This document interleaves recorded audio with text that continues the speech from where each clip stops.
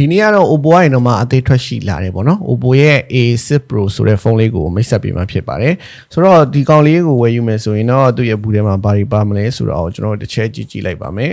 ဆိုတော့ဒီထဲမှာကကျွန်တော်ဒီမှာဆိုရင်တော့သူ့ရဲ့ guide စာအုပ်ပါမယ်ပြီးရင်ဆီလီကွန်ကပါကြည့်အောင်လေးပေါ့နော်အဲကောင်လေးပါမယ်ဒီမှာကသူက Arduino ကသူက80 watt ပေါ့နော်80 watt Arduino ပါမယ်ပြီးရင် Type C Arduino နောက်တစ်ခုကတော့ဒါကတော့ကျွန်တော် single ထုတ်တဲ့ပင်ပေါ့နော်ဆိုပြီးတော့ပါဝင်လာမှာဖြစ်ပါတယ်သူရဲ့ဈေးနှုန်းကဆိုရင်တော့ RAM 8ပေါ့နော် internal memory 256GB ကိုဒီ73,59,900ကျပ်နဲ့ရရှိမှာဖြစ်တယ်သူကထွက်ရှိတာကအယောင်က4အောင်ထွက်ရှိတယ်ဒါပေမဲ့လောလောဆယ်ကဝယ်ယူရရှိနိုင်တာကတော့ဒီကျွန်တော်လက်ထဲရောက်နေတဲ့ pink color ရဲ့နောက်ထပ်ဒီအပြာရောင်ရဲ့ဆိုပြီးတော့ color 2ရောင်ကတော့လောလောဆယ်ဝယ်ယူရရှိနိုင်မှာဖြစ်ပါတယ် pink လေးကတော့ကျွန်တော်တို့ဒီ main ကလေးတွေကိုဆွဲဆောင်မှုရှိတဲ့ design မျိုးပေါ့နော်သူရဲ့နောက်ဖက်ကိုဒီအလင်းအောင်ထိုးလိုက်ပြီဆိုတာနဲ့သူတို့ဒီပန်းပွင့်တွေရဲ့ပွင့်ဖက်ရှိတ်လေးတွေလိုပုံစံမျိုးလေးတွေလုပ်ပေးထားတယ်ဆိုတော့ဒီအရောင်လေးကတော့ကျွန်တော်ဒီ main ကလေးတွေအတွက်တော်တော်လေးကိုဆွဲဆောင်မှုရှိတဲ့ color လို့ပြောလို့ရတယ်အနောက်ဖက်ကသူကကန်ရတာလေလက်ရတွေပါကြီးအထင်မလွယ်ဘူးနောက်တစ်ခုကသူရဲ့ဒီ camera band ပေါ့နော်သူရဲ့ဒီ camera band ကလည်းသူရဲ့ဒီအနောက်ဖက် back cover နဲ့တသားတဲ့နီးပါးရှိတယ်ပေါ့နော် camera band ကြီးထွက်နေတာမျိုးတွေပါမရှိဘူးအထူကတော့ 8mm ရှိတယ်ဒါပေမဲ့ battery ampere 9000သုံးထားတယ်သူရဲ့ weight က 185g ပဲရှိတာဆိုတော့ဘာပဲဖြစ်ဖြစ်ကန်ရလက်ထဲမှာ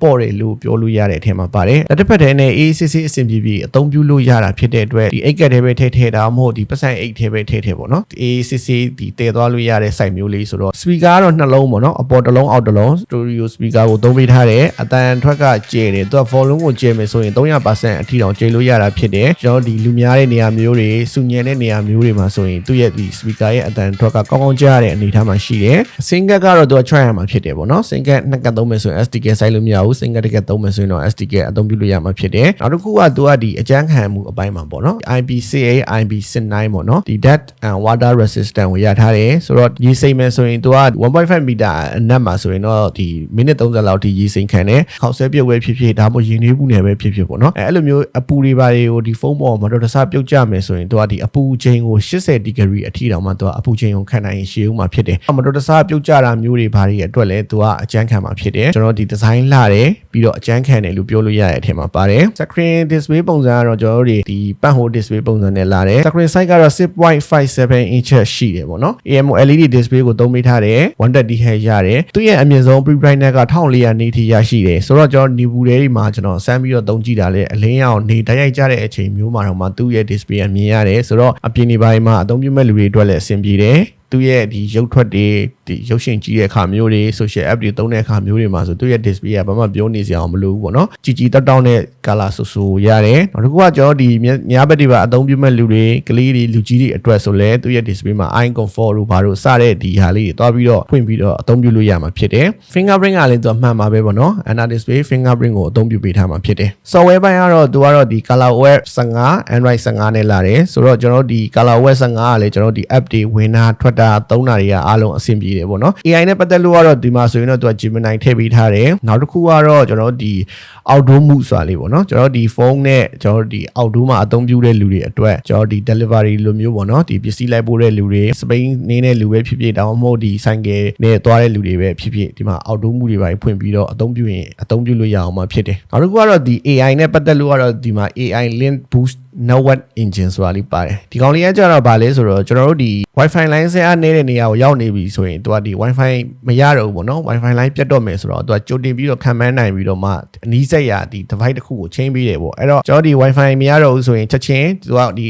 video call ပြောနေတဲ့အခါမျိုးတွေမှာ line တွေပါမပြတ်သွားအောင် gain တွေပါစောတဲ့အခါမျိုးမှာ gain တွေပါမထွက်သွားအောင်ဆိုပြီးတော့ချက်ချင်းသူက mobile data ကိုပြောင်းပေးတာမျိုးဒါမှမဟုတ်နောက်ထပ်ဒီ Wi-Fi တစ်ခုကိုချက်ချင်းချိန်ပေးတာမျိုးအဲ့လိုမျိုးလုပ်ပေးတဲ့ဟာလေးကိုသူမှထည့်ပေးထားတယ်သူမှာသုံးပေးထားတဲ့ SoC ကတော့ Helio G100 ကိုသုံးပေးထားတယ် Mobile Legend ကိုကျွန်တော်ဒီမှာစမ်းပြီးစော့ကြည့်တာတော့အဆင်ပြေတယ် Mobile Legend ဆော့မယ်ဆိုရင်တော့ Super နဲ့ HD အထိထားပြီးတော့ဆော့လို့ရမှာဖြစ်တယ်ကင်မရာဘိုင်းပေါ့နော်အနောက်ဘက်မှာတော့သူက main camera 50 megapixel ပေါ့နော်50 megapixel ရဲ့နောက်ထပ်ကျွန်တော်တို့ဒီ